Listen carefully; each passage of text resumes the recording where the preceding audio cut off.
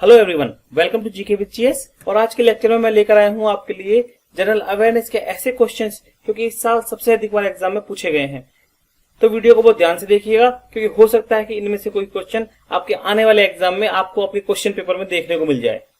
तो आइए शुरू करते हैं। इस क्वेश्चन में पूछ रहा है कि राष्ट्रपति मंत्री परिषद के किसी सदस्य को कैसे बर्खास्त कर सकता है। इसका अर्थ यह है कि राष्ट्रपति यदि किसी मंत्री को हटाना चाहे तो किस प्रकार से वह उसे हटा सकता है। इस क्वेश्चन का आंसर देखने से पहले हम राष्ट्रपति और उसकी शक्तियों के बारे में जान लेते हैं। तो अनुच्छेद 52 या आर्टिकल 52 ये कहता है कि भारत का एक राष्ट्रपति होगा और आर्टिकल 72 के अनुसार उसे किसी भी सजा पाए हुए मुजरिम को क्षमा करने की शक्ति प्राप्त है, जिसे कि क्षमादान शक्ति कहते हैं। इसी प्रकार से आर्टिकल 80 के अनुसार राष्ट्रपति राज्यसभा में 12 सदस्यों को मनोनीत कर सकता है और उसी तरह से आर्टिकल 331 के अनुसार लोकसभा में 2 एंग्लो इंडियंस को राष्ट्रपति मनोनीत कर सकता है। अब यदि हम सेकंड ऑप्शन आपात स्थितियों की बात करते हैं तो हमारे कॉन्स्टिट्यूशन में 3 इमरजेंसी सिचुएशंस का वर्णन किया गया है।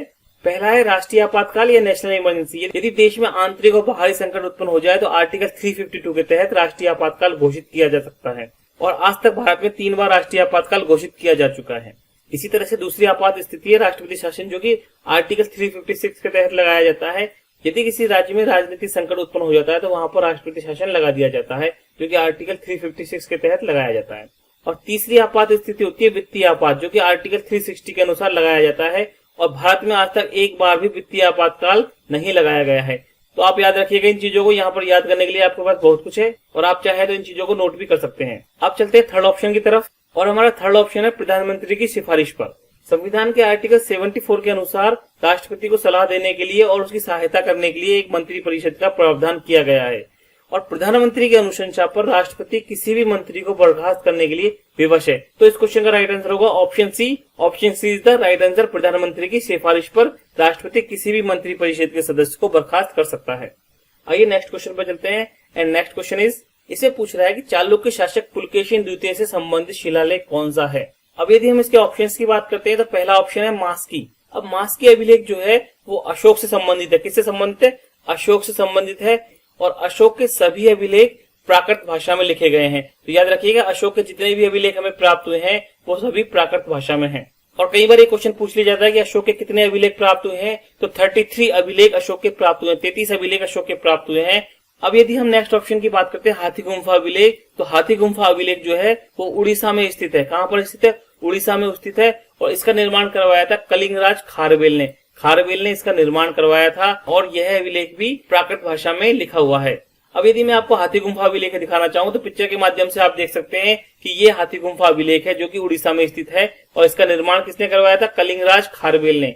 अब यदि मैं बात करूं अपने नेक्स्ट ऑप्शन ऐहोल अभिलेख की, कर्नाटक के बीजापुर में स्थित है और इसका निर्माण करवाया था पुलकेशिन द्वितीय ने, जो कि चालुक्य वंश का सबसे प्रतापी शासक था और इसने ऐहोल अभिलेख बनवाया जो कि कर्नाटक के बीजापुर में स्थित है। 634 ईस्वी में इस अभिलेख को बनवाया गया था और इस अभिलेख के अंदर पुलकेशिन द्वितीय ने अपनी युद्ध में विजयों का वर्णन किया गया है और इस अभिलेख का रचयिता है जैन कवि रवि कीर्ति। जैन कवि रवि कीर्ति इस अभिलेख का रचयिता है जो कि संस्कृत काव्य के रूप में है।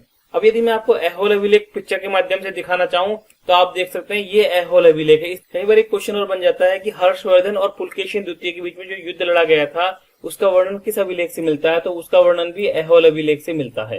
आइए नेक्स्ट क्वेश्चन पे चलते हैं एंड नेक्स्ट क्वेश्चन इज, इसमें पूछ रहा है कि भारत के नियंत्रक एवं महालेखा परीक्षक की रिपोर्ट की समीक्षा कौन सी समिति करती है। तो वह कौन सी समिति है जो कैग द्वारा दी जाने वाली रिपोर्ट की समीक्षा करती है। अब सबसे पहले मैं बात करता हूँ नियंत्रक एवं महालेखा परीक्षक, जिसे कि सीएजी या कैग के नाम से भी जाना जाता है।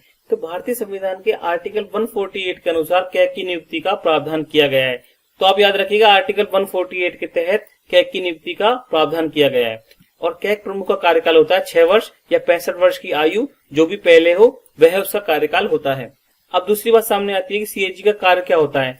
तो भारत सरकार और प्रत्येक राज्य और केंद्र शासित प्रदेश जिसकी की विधानसभा होती है उनकी संचित निधि से संबंधित जितने भी खाते होते हैं उन सभी खातों की ऑडिट करने का काम करता है सीएजी। देखिए अब कैग के बाद हम बात करते हैं अपनी फर्स्ट ऑप्शन की। देखिए अब मैं प्राक्कलन समिति की बात करता हूं तो प्राक्कलन समिति सबसे बड़ी संसदीय समिति है और इस समिति में 30 सदस्य होते हैं। याद रखिएगा सबसे बड़ी संसदीय समिति कौन सी है? प्राक्कलन समिति। और इस समिति में 30 सदस्य होते हैं और सभी सदस्य लोकसभा से लिए जाते हैं और इसके सदस्यों का चयन होता है एकल संक्रमणीय मत पद्धति के द्वारा। और इस समिति का जो अध्यक्ष होता है उसे स्पीकर या लोकसभा अध्यक्ष के द्वारा चुना जाता है इस समिति के सदस्यों में से।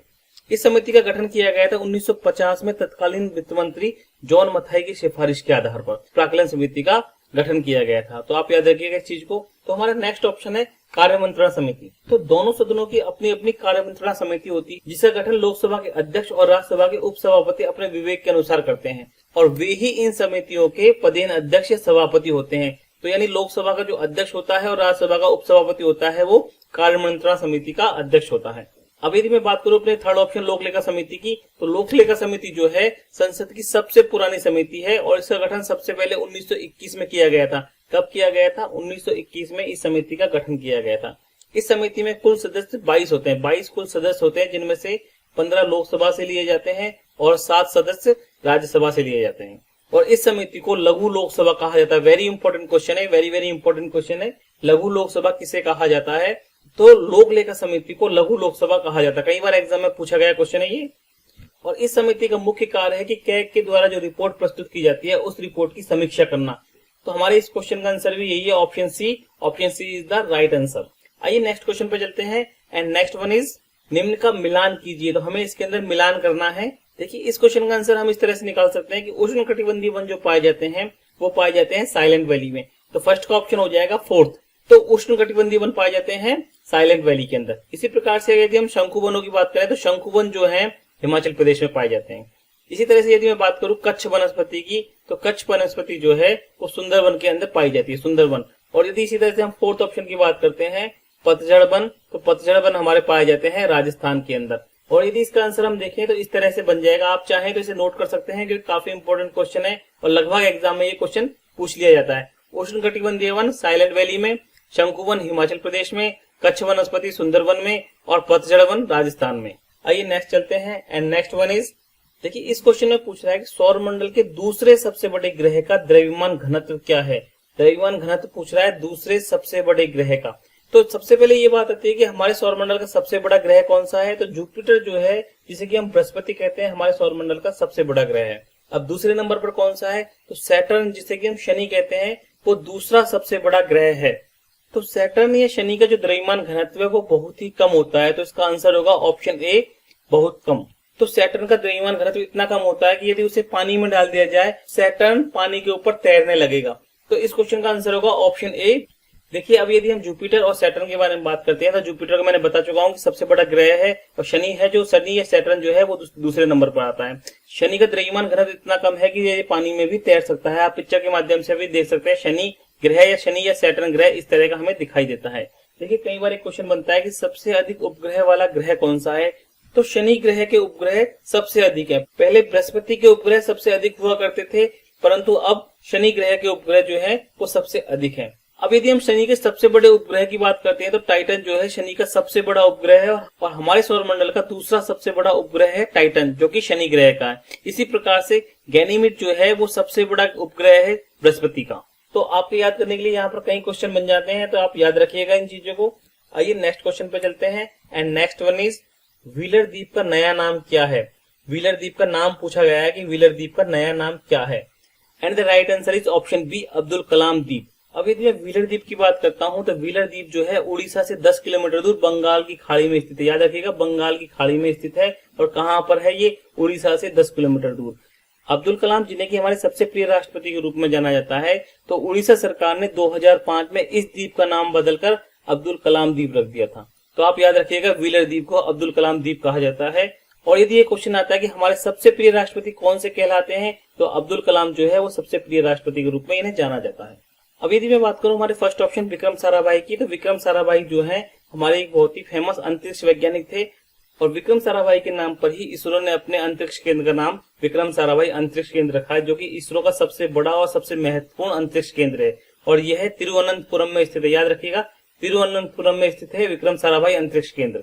इसी तरह से हम अपने नेक्स्ट ऑप्शन सतीश धवन की बात करते हैं, तो सतीश धवन भी हमारे बहुत ही फेमस अंतरिक्ष वैज्ञानिक थे और इन्हीं के नाम पर इसरो ने अपने प्रक्षेपण केंद्र का नाम सतीश धवन अंतरिक्ष केंद्र रखा है।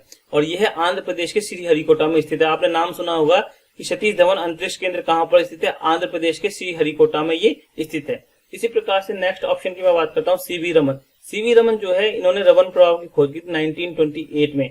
और इसके लिए इन्हें 1930 में फिजिक्स का नोबेल पुरस्कार मिला था।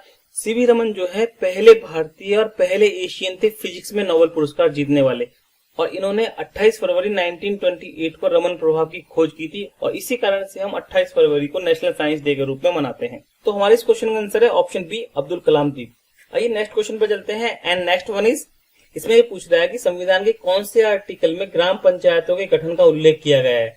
तो इस क्वेश्चन का राइट आंसर है option A, article 40। Article 40 is the right answer. देखिए, अब यदि हम पंचायती राज की बात करते हैं तो पंचायती राज को संवैधानिक दर्जा 73वें संविधान संशोधन के द्वारा दिया गया था, और इसे पूरे भारत में लागू किया गया था 24 अप्रैल 1993 को। पंचायती राज की सिफारिश किसने की थी? तो बलवंत राय मेहता समिति ने पंचायती राज की सिफारिश की थी। लॉर्ड रिपन के कार्यकाल को पंचायती राज का स्वर्ण काल माना जाता है। याद रखिएगा, इंपॉर्टेंट क्वेश्चन है, तो आप याद रखिएगा लॉर्ड रिपन के कार्यकाल को पंचायती राज का स्वर्ण काल माना जाता है। इसी तरह से पंचायती राज का शुभारंभ हुआ था 2 अक्टूबर 1959 को राजस्थान के नागौर जिले से। नागौर जिले का एक गांव है बगदारी गांव। तो बगदारी गांव से तत्कालीन प्रधानमंत्री जवाहरलाल नेहरू ने इसका उद्घाटन किया था। अब यदि मैं अपने सेकंड ऑप्शन की बात करता हूं तो हमारा सेकंड ऑप्शन है आर्टिकल 64। तो आर्टिकल 64 ये कहता है कि उपराष्ट्रपति जो है वो राज्यसभा का सभापति होगा या अध्यक्ष होगा। इसी तरह से यदि मैं आर्टिकल 123 की बात करता हूं तो आर्टिकल 123 ये कहता है कि जब संसद सत्र नहीं चल रहा होता उस समय राष्ट्रपति अध्यादेश जारी कर सकता है। तो आप याद रखिएगा, ये भी इंपॉर्टेंट आर्टिकल है 123। इसी तरह से यदि मैं लास्ट ऑप्शन की बात करता हूं आर्टिकल 368, तो आर्टिकल 368 जो है संविधान संशोधन से संबंधित है। तो संविधान संशोधन का संबंध है आर्टिकल 368 से। आइए नेक्स्ट चलते हैं। एंड नेक्स्ट वन इज, ये पूछ रहा है कि महाबलीपुरम में स्थित सप्त पैगोडा किस वंश द्वारा संरक्षित कला के साक्षी हैं? And the right answer is option C, Pallava वंश। अब यदि हम महाबलीपुरम मंदिर की बात करते हैं तो महाबलीपुरम जो है ये एक प्रकार का शिला मंदिर है, और इसे पत्थर को काटकर बनाया गया है। ठीक है, एक ही पत्थर को काटकर इस मंदिर का निर्माण किया गया है, और इसका निर्माण करवाया था नरसिंह वर्मन प्रथम ने। किसने करवाया था? नरसिंह वर्मन प्रथम ने इस मंदिर का निर्माण करवाया था। और यहाँ पर सप्त पैगोडा का अर्थ है 7 रथ। तो ये 7 रथ किससे संबंधित है? इनमें से 5 रथ जो है वो 5 पांडवों से संबंधित है, और छठा रथ है जो द्रौपदी के लिए है, और 7वां रथ जो है इनकी माता कुंती के लिए है। तो इस प्रकार से 7 रथ जो है वो 5 पांडवों को समर्पित है। देखिए, महाबलीपुरम का जो एकाश मंदिर है इसे यूनेस्को ने 1984 में विश्व विरासत के रूप में शामिल किया था। आइए नेक्स्ट चलते हैं। एंड नेक्स्ट वन इज, इसे पूछ रहा है कि रेड क्रॉस का मुख्यालय कहां पर स्थित है? And the right answer is option B, Geneva. Geneva के अंदर रेड क्रॉस का मुख्यालय है। अब यदि मैं रेड क्रॉस की बात करता हूं तो रेड क्रॉस की स्थापना हेनरी ड्यूरेंट के द्वारा 1863 में जेनेवा में की गई थी। कब की गई थी? 1863 में हेनरी ड्यूरेंट के द्वारा जेनेवा में की गई थी। और इसका उद्देश्य क्या है? युद्ध और आपदा में फंसे हुए लोगों की सहायता करना। तो युद्ध और आपदा के समय यह लोगों को सहायता उपलब्ध करवाती है।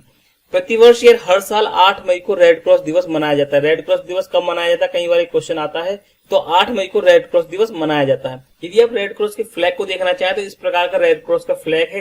रेड क्रॉस को 3 बार शांति का नोबेल पुरस्कार मिल चुका है, 1917 में, 1944 में और 1963 में। 3 बार इसे शांति का नोबेल पुरस्कार मिल चुका है। अब यदि मैं अपने फर्स्ट ऑप्शन की बात करता हूँ वियना, तो वियना के अंदर ओपेक का हेडक्वार्टर है।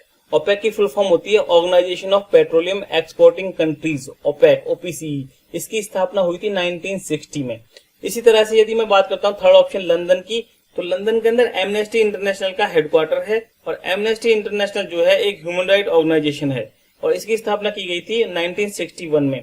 इसी प्रकार से यदि मैं अपने लास्ट ऑप्शन की बात करता हूँ काठमांडू, तो काठमांडू के अंदर सार्क का मुख्यालय या सार्क का हेडक्वार्टर है। सार्क की फुल फॉर्म होती है दक्षिण एशियाई क्षेत्रीय सहयोग संगठन, और इसकी स्थापना हुई थी 1985 में। तो यहाँ पर भी आपके याद करने के लिए काफी कुछ चीजें बन जाती हैं।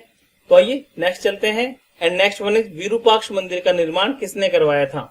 And the right answer is option B, Chalukya वंश ने। चालुक्य वंश ने विरूपाक्ष मंदिर का निर्माण करवाया था। यदि मैं आपको विरूपाक्ष मंदिर के बारे में बताऊं तो विरूपाक्ष मंदिर जो है शिव भगवान का मंदिर है, और ये हम्पी कर्नाटक में स्थित है। और इस मंदिर को पंपापट्टी और लोकेश्वर महाशिला के नाम से भी जाना जाता है। आप इमेज के माध्यम से विरूपाक्ष मंदिर को देख सकते हैं, यह विरूपाक्ष मंदिर है। भगवान शिव का यह मंदिर काफी प्रसिद्ध और काफी फेमस मंदिर है, और इस मंदिर से रिलेटेड कई क्वेश्चंस एग्जाम में पूछ लिए जाते हैं। कई बार ये पूछ लिया जाता है कि पंपापट्टी के नाम से किस मंदिर को जाना जाता है, या लोकेश्वर महाशिला के नाम से किस मंदिर को जाना जाता है। तो विरूपाक्ष मंदिर को पंपापट्टी और लोकेश्वर महाशिला के नाम से जाना जाता है। फ्रेंड्स, इस वीडियो में मैं आप सभी के लिए उन क्वेश्चंस को लेकर आया हूं जो कि एग्जाम में इस साल सबसे अधिक बार पूछे गए हैं।